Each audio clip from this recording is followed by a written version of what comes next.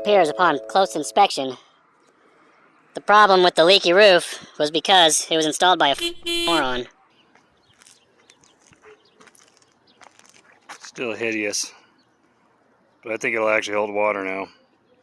If you have some leaks in your roof, they're almost certainly unions like this where a chimney pops up, or a pipe, or in my case a swamp cooler, or else they're in the valleys.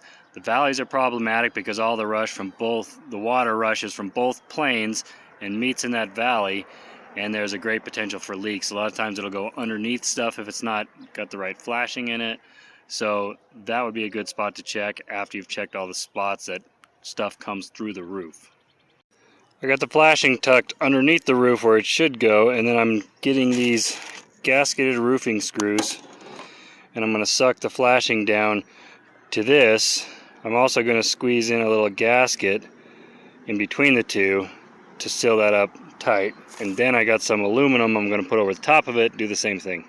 You can see I got the gasket in there, so that way when this compresses it'll squish that and be basically watertight. I got this gasketing material stuck to this vent. I'll push this aluminum sheet down and this will compress almost to nothing, and then I can run a bit of silicone across the top. The important thing is you want the moisture to have a way to get out, so you kind of want to seal the top so it doesn't drip down into it, but you want the moisture to still be able to get out. Otherwise you have rot later. I'm starting this underneath. You can see it's going plenty long and up the side, and there's no screws down in the middle, so the water will have plenty of time to valley and get out of there. I'm going to double shingle this roof, at least right here. Otherwise I'd have to tuck it underneath everything.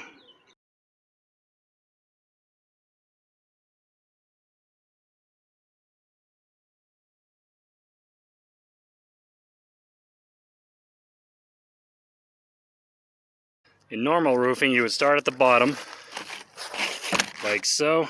You can overlap the second shingle, stagger it a little bit.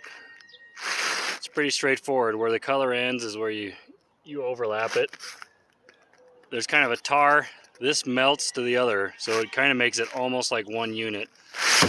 But in this case, it's a little different because I had to tuck it underneath the existing shingle, but then over the top one below it, if that makes any sense.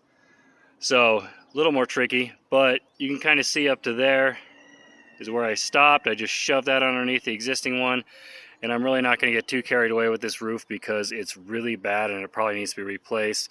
But for now I'm just fixing some holes. Hopefully it'll last me another year.